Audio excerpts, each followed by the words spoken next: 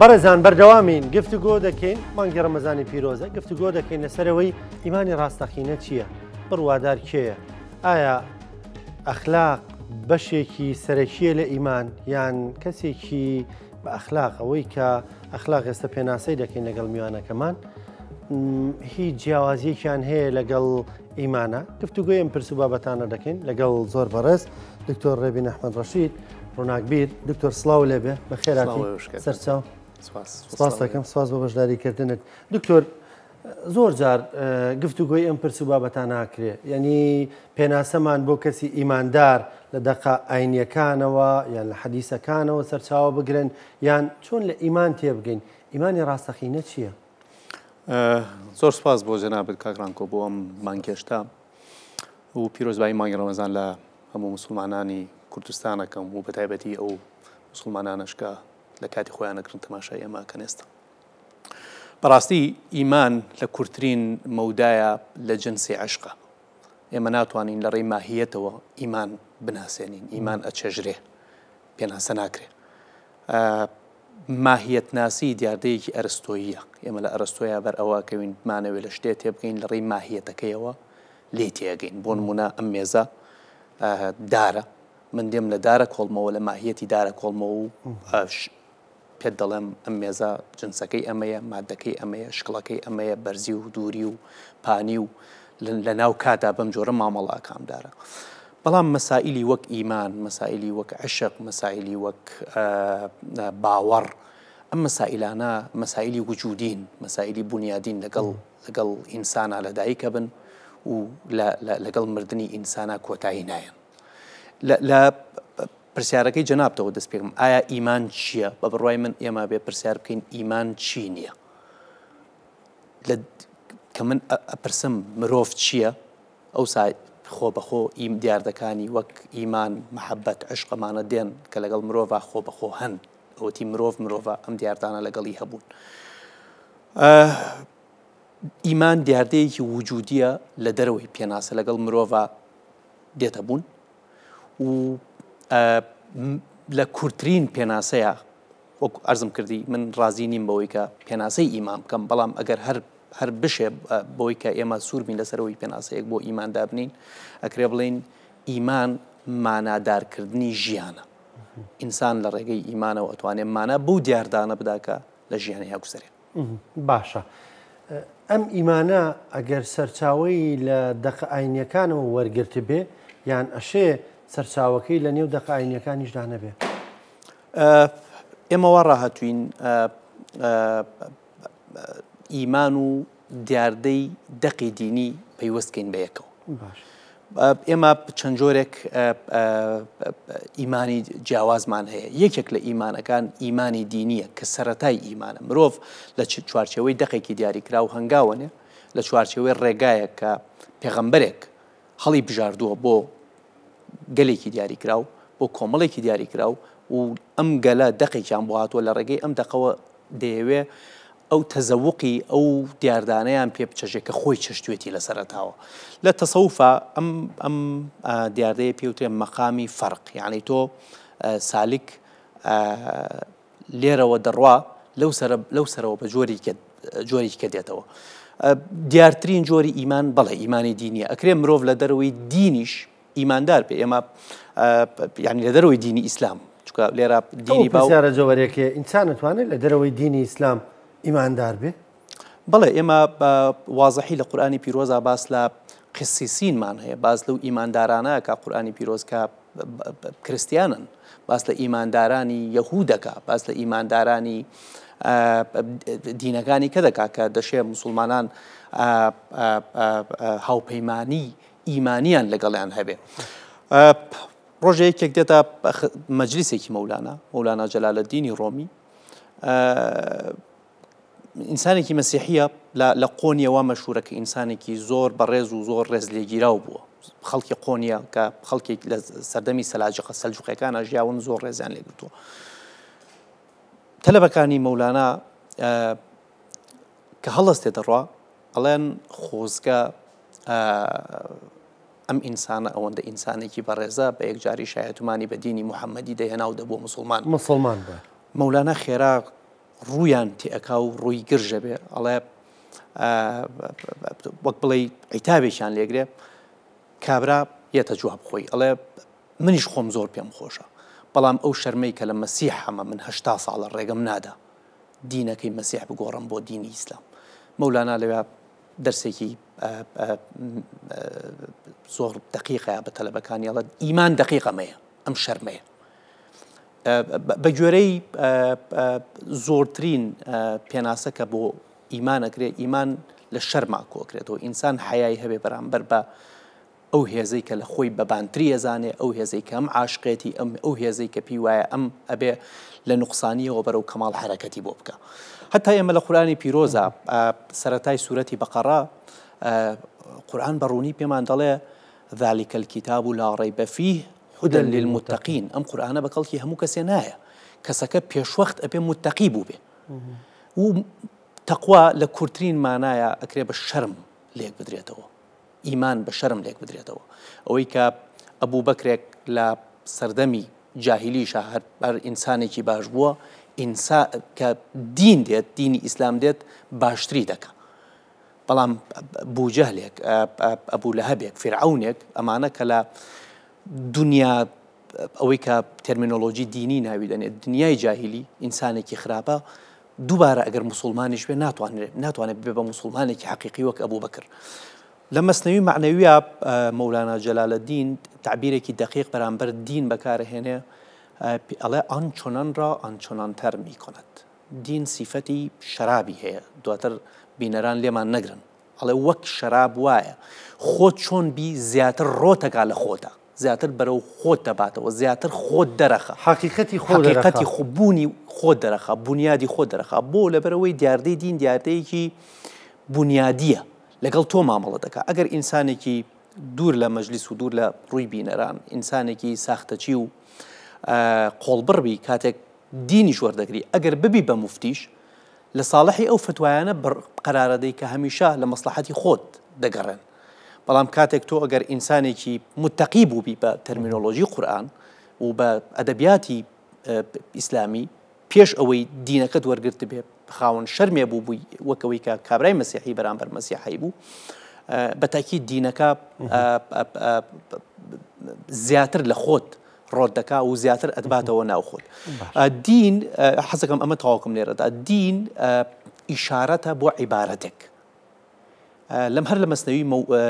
مەولانایە من پێم خۆشە زۆر لەسەر مەولانا بۆستم لە بەرەوەی بەڕاستی ئەو پیاوە لەسەر دیاردە ئیمانیەکان وەستاوە لە کۆمەلگایە ئەڵێ دووزە خەست ئەن حجرەی بیرەوزەن است کارە دین ئەی خاجە ڕەوزان کردن است. ئەڵێ ئیشی دین وەک ئەوەی کە ژوورێکی بچووک تۆ پەنجەرەیتیان نەبێت دۆزەخە تاریکستانە تاریکە سەلاتە کاتێک تۆ پەنجەرەیەکی بۆ دانی ڕووناکی لێوەی دێتە ژوورەوە. کاری دین ئەم ڕووناکیەیە دین ئەم پەنجەرەیە ئیمانی دینی ڕووناکیەکەیە دین ڕێگایەکە بۆ ئەوەی ڕووناکی ئیمان بێتە ناو دڵی ئینسانێکەوە ڕووناکی ئیمان ئینسانێک گەرم کاتەوە ئینسانە ڕووناک کاتەوە. بەڵام کاتێک ئێمە بین هەموو هەوڵەکە لە پەنجەرەکە کورت بکەینەوە و پێمان وابێ پەنجەرەکە خۆی لە خۆیان ڕووناکە و پەنجەرەکە ڕووناکی ئەهێنێ ئەمە لێرە ئەکەوینە هەڵەی ئەو هەڵەیە کە ئەمڕۆ دیندارەکان تێیەکەوین بەڕاستی لەسەر جوزئیاتی بەسیط مەجالی تەفسیق و تەبدیع و تەکفیر بۆ یەکتر ئەکەینەوە خلافی فکری و فقهی و عەقیدەیی لێ قبوڵ ناکەین. ئێمە هاتوین لە ئیشارەتەکە ون بووین عیبارەتەکە نابینین وەگەوەی کە کاکڕانکۆ من بە تۆ بڵێم کاکڕانکۆ مانگە تۆ بێ لە پەنجەی من ورد بیتەوە هەموو هەوڵی خۆت لەمە ورد بکەیتەوە ئایا ئەم پەنجە لە چی دروست بووە ئەم پەنجە بۆ ئاوایە ئەم پەنجە بۆ ئاوا نەبوو ئەم پەنجە بۆ ئیشارەت بەم شێوەیە بووم لە کاتێکە ئیشی پەنجەکە ئیشارەتێکە نەک زیاتر ئیشی پەنجەکە ئەوەیە تۆ سەر بەرزکەیتەوە تەماشای مانگکەی کە تەماشای مانگە کرد ئەم ئیشارەتە بەڵێ زەرور بووە لە ڕێگەکە. دین و ئیمان ئەمەن دین ئیشارەتە ئیمان عیبارەتە دین ڕێگایەکە بۆ عیبارەتێک لە خۆی گەورەتر. إن الذين جاهدوا فينا لنهدينهم سبلنا قورئان مانگی ڕەمەزانە ئێمە بێ بە گوێرەی تەرمینۆلۆژی قورئان قسە بکەین ئەگەن لە هەموو دینەکان لە هەموو فکرەکان لە هەموو بۆچوونەکان ئەم پلورالیزمە هەیە. ئەو کەسانی کە لە پێناو ئێمە جیهادەکان قورئان دەڵێ ئێمە ڕێگاکانی خۆمانیان پیشان دەدەین یەکێکی وەکو جونەیدی بەغدادی پێی وایە ڕێگاکانی چوون بەرەوخوا بەقەدەر ئەنفاسی خەلایقە، بەقەدەر ئەو ئەنفاسانن کە هەناسە دەدەن. بە کورتی جیاوازی دین و ئیمان ئەمەیە، حتا لە قورئانە ئێمە شتێکی کەشمان هەیە، قالت الأعراب آمنا قل لن تؤمنوا ولكن قولوا أسلمنا. أعراب كقرآن بشويكي مزموم باسيانكا بردوام باسي نفاق عندك باسي تسليم نبوني عندك على أي پیغمبر دين بولاد بيدلن إما إيمان ما نهناو بيان بلا نخير يو إيمان تنهناو بلكو مسلمان بون تسليم بون جوازي إسلام لقل إيمان أمية وك جوازي إشارة عبارتك بنجكي منو روناكي مانجك. دكتور شتێک دیادێنا مۆتەباتەبایی دەڵێ عەقیدەی ڕاستەقینە ئەوەیە کە ئینسان کە شتێک دەزانێت حرامە نەک ئەوەی کە هەر نایکە، بەڵکو لە دڵەوە پێی خۆشە کە ئەم شتە خوا حرامی کردووە، لەبەرەوەی خوا دیاری کردووە کە ئەمە حرامە لە دڵەوە پێی خۆش ئەم شتە ڕووی داوە، نەک ئەوەی کە چۆنەڵی لەبەر ئەوەی کە حرام کراوە ئەم پێی ناخۆشە، لە دڵی شۆ پێی خۆشە کە ئەم شتە کراوە. ئەو باز لە مەرتەبەیەکە لە عەقیدەی تەواو. دکتۆر پرسیارێکی لا دروستکردم، یانی ئەوەی کە ئێستا هەندێک بە ناوی مەلاوە بە ناوی مامۆستاوە بە ناوی نوێنەرانی خواوە دەڵێن کێ کافرە کێ کافر نییە، کێ ناچێتە بەهەشت کێ ئەچێتە بەهەشت، ڕۆژووی کێ قبوڵە بێ هیچ کێ قبوڵ نابێ. ئەمە ئەم پلەبەندیە ئەم بڕیاردانە ئەم فتوادانە ئەمە جێگی ئەبێتەوە؟ کاکڕانکۆ ئەوەڵەن ئێمە بێ کە مسلمانین ئاینی ئیسلام هاتووە سێبەرەکانی خوا لەسەر ئەرز هەڵگرێ. خوان سێبەری نییە لەسەر ئەرز، خوا وتەبێژی نییە لەسەر ئەرز، خوا مەتنێکی ناردووە بە ژێرەی ئەو مەتنە پێمان دەڵێ لە قیامەتا فالله یحکوم بینەهم، خۆی حکمەکە لەوێ. ئێمە لە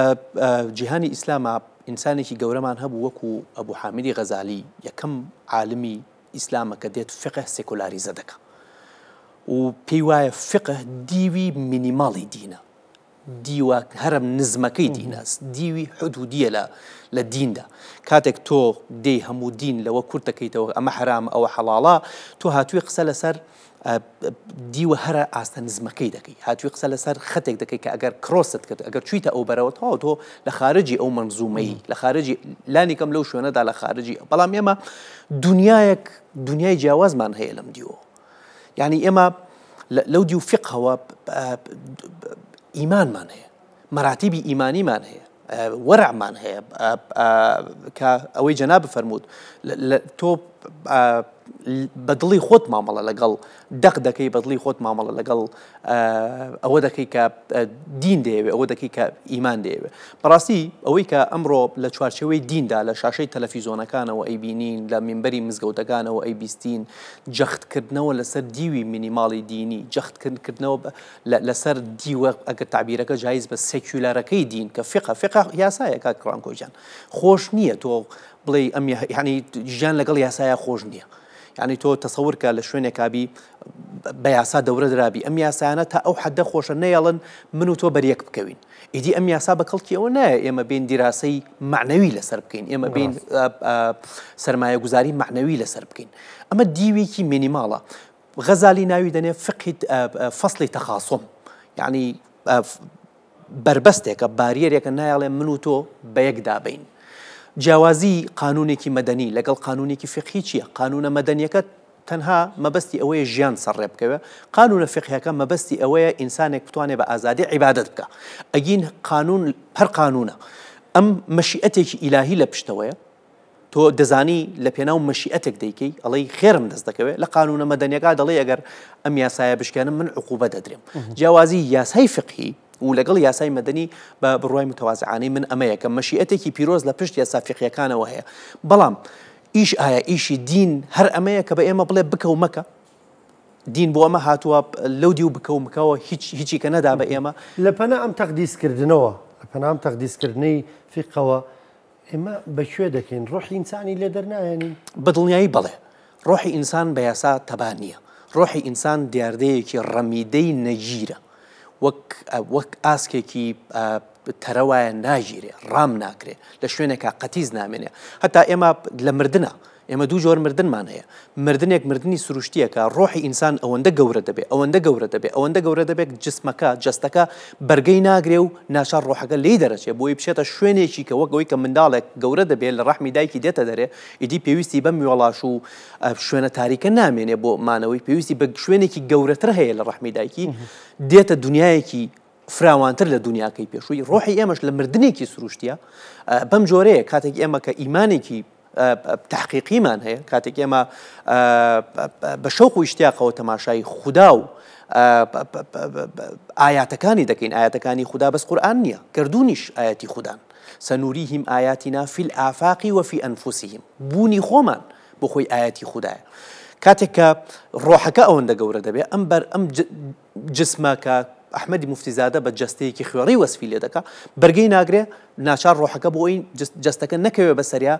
لێ دەردەچێ وانە ئەمە لەکوێ جەستەیەک لەکوێ ڕۆحێک لەکوێکە تەسلیمی یاسا و بکە و مکە دینیەکان دەبێ و پێی وایە دین جگە لەم یاسایانە شتێکی دیکە نیە پێی وایە لەم دی و ئەم سنوورانی کە دین کێشاوێتی کە پیانەوترە سنووری فقهی شتێکی دیکە نیە ئەوەی کە ئێمە لە ڕابردوو هەمان بۆ وەک علامەکان وەک شاعیرەکان وەک عاریفەکان وەک خواناسەکان بۆ نیمان نەمڕۆ سەبەبەکەی تەنها ئەمەیە ئێمە هاتوین فقهێکی ئەبستراکتی وشک تەقدیس دەکەین لەولاوە ئیمانێکە بەحرێکە ئینسان نەتوانێت تێیدا متەبەحیر بێت تێیدا دڕ و مەرجانەکانی ناوی کەشفکە ئیبن عەرەبیەکی لێ دەرچێ وانە نالیەکی لێ دەرچێ مەحوێکی لێ دەرچێ بەڵام بەداخەوە ڕۆچوون لە جوزئیاتێکی فقهی ئەوەی کە جەنابەت باس لێوە کرد موفتیەکان مەلاکان واعیزەکانی دینی ئەوەندە لەم بابەتە ساکارانە لەم بابەتە مینیماڵانە وردەبنەوە بوارێک نامێنێتەوە بۆی ئینسان لە بابەتە ئیمانی قوڵەکان دکتۆر حەز ناکەی زاڵبوونی ئەم دەنگە ینی ئەم دەنگە ئەم ئاواز ئەم نەغمەیە سە لە نێو کۆمەڵگەدا وای کردووە ینی هەموو دین لەو بابەتە فقیە بچووک و سادانەیە بکەومەکەیە کورد بکرێتەوە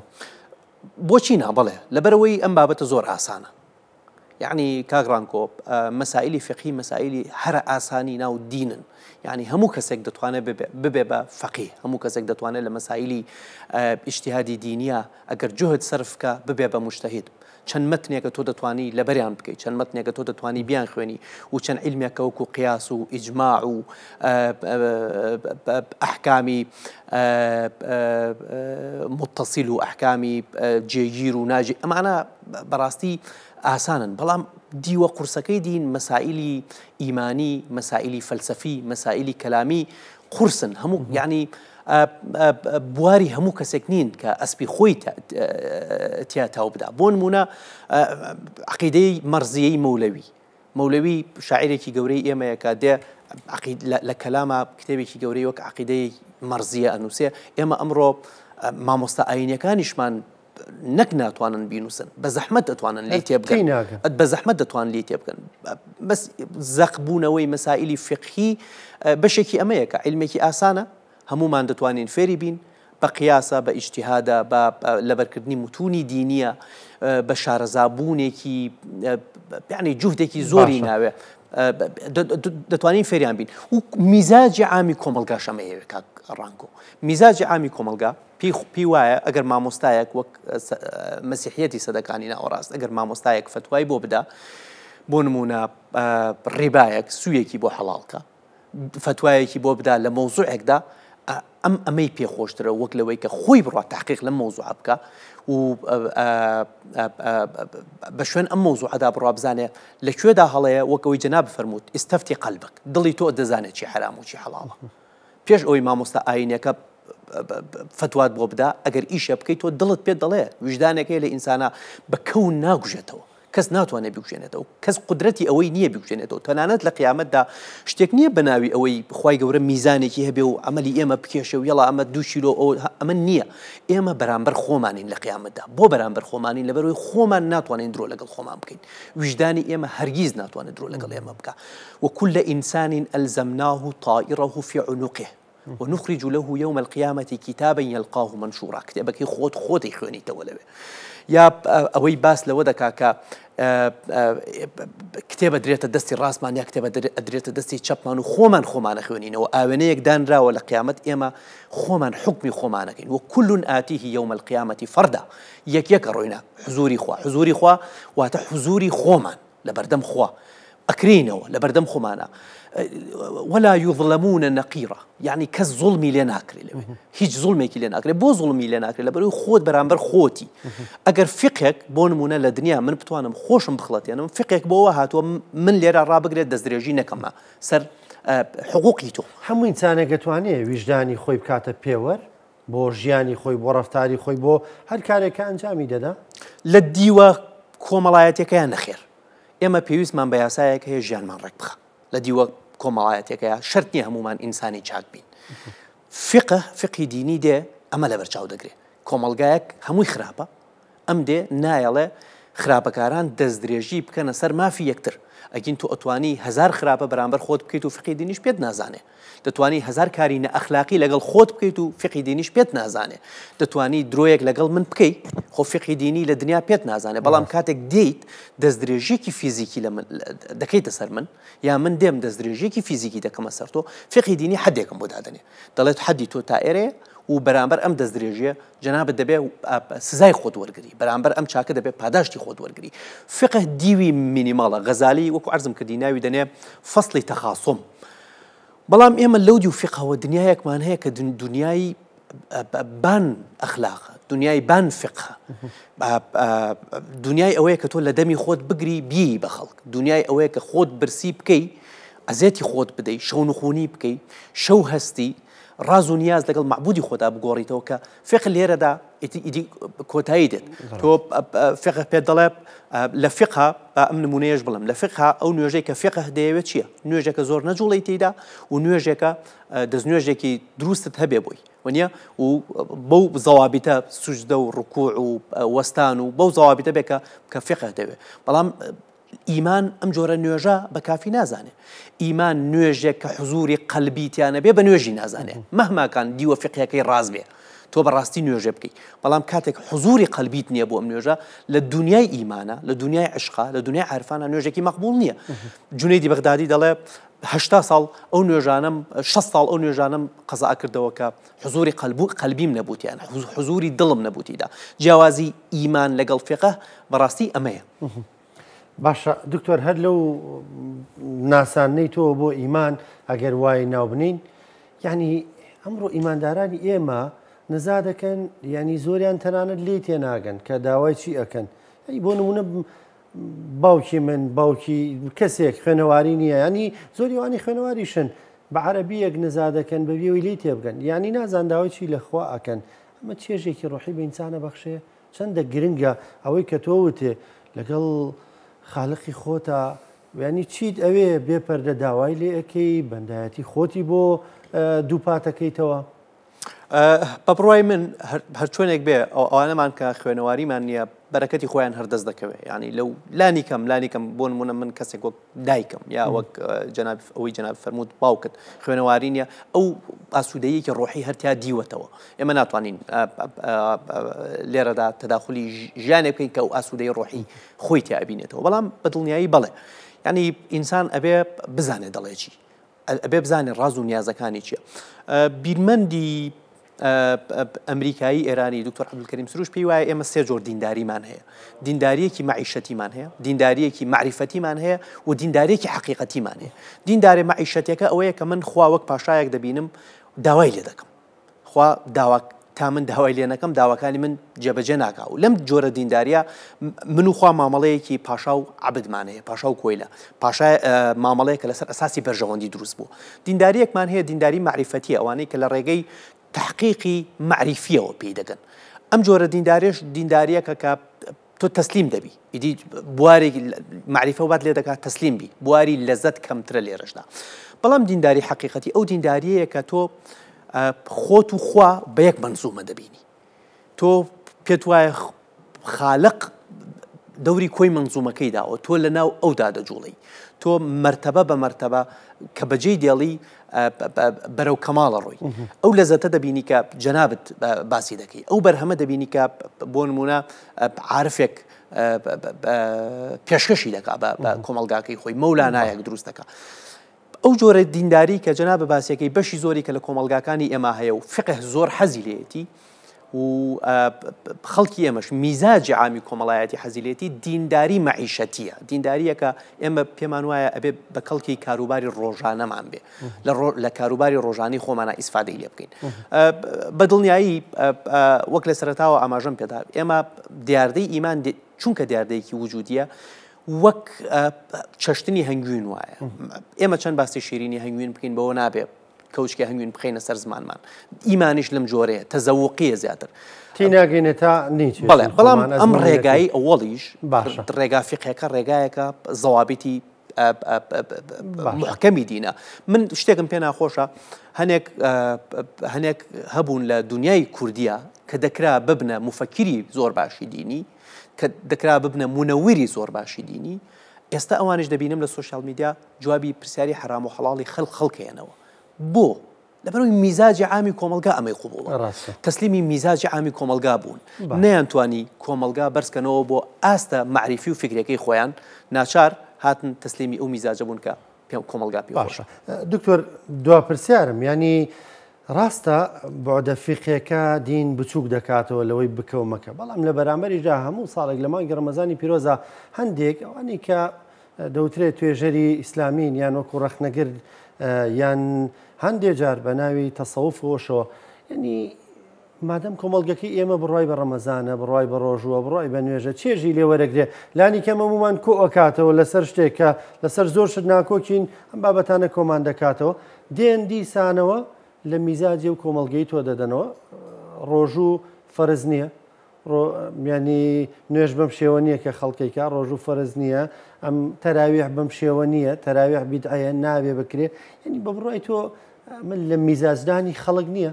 بە بڕای من ئەو جۆرە میزاجە لە نادانیەکی تەمام عیارەوە سەرچاوەگرێ. ینی مەسلەی ئەوەی ڕۆژوو فەرز نییە، مەسلەی ئەوەی هەتا لەم ڕۆژانە من یەکیانم دی ئەڵێ وعلى الذين يطيقونه، ئەوانەی کە ئەتوانن پارە بن ئەتوانن بە ڕۆژوو نەبن. یعنی ئەمە کەم زانیاریە لەسەر سەرەتایی ترین مادەی تەفسیر کە زمانی عەرەبیە. ئەمانە لەبری ئەوەی ئاشتی کۆمەڵایەتی دروستکەن، ئەم جۆرە لە میزاجی ناشاز، ئەم جۆرە لە میزاجی ناباو، ئەم جۆرە لە تەشویش لە باتی ئەوەی مانگی ڕەمەزان بکەن بە هۆکارێک بۆەوەی ئێمە ئینسیجاممان زیاتر بێ بەیەکەوە، دیاردە ئیمانەکان زیاتر لەگەڵ یەک بگۆڕینەوە، ئاگامان لە یەکتر بێ زیاتر، فەقیر دەوڵەمەند ئاگای لە فەقیر بێ، فەقیر کەمێک ببوژێتەوە، ئەو کەسێک کە دوورە لە مانگی ڕەمەزان کەمێک ڕۆحی ئاسوودەتر بێ، ئیش و کاری ڕۆژانەی تەفەڕۆغ لێ بکە بۆ دیاردە ڕۆحیەکان. ئەمانە زیاتر دووریانە خەنەوە. ئەمانە مەسائلی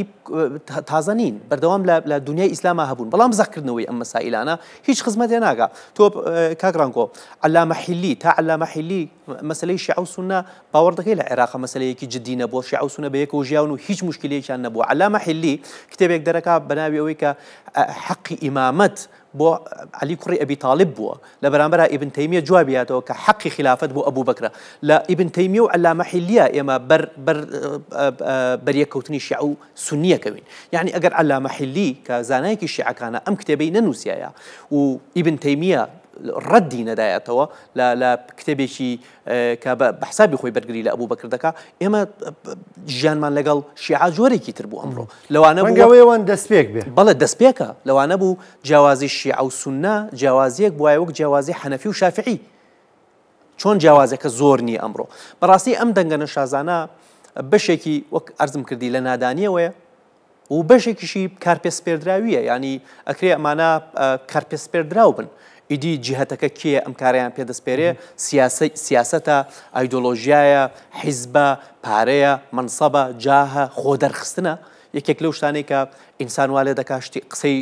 نەشاس بکە دەرکەوتنە. من ئێستا ئەگەر لەم شاشەی جەنابتەوە بڵێم خەڵکینە ڕۆژووی مانگی ڕەمەزان ئێوە بەغەڵەت تێگەشتون 30 ڕۆژ نییە 13 ڕۆژە، ئەکەومە سوۆشیال میدیا مەشهور دەبم. بەشێکی ئەمەیە. بەڵام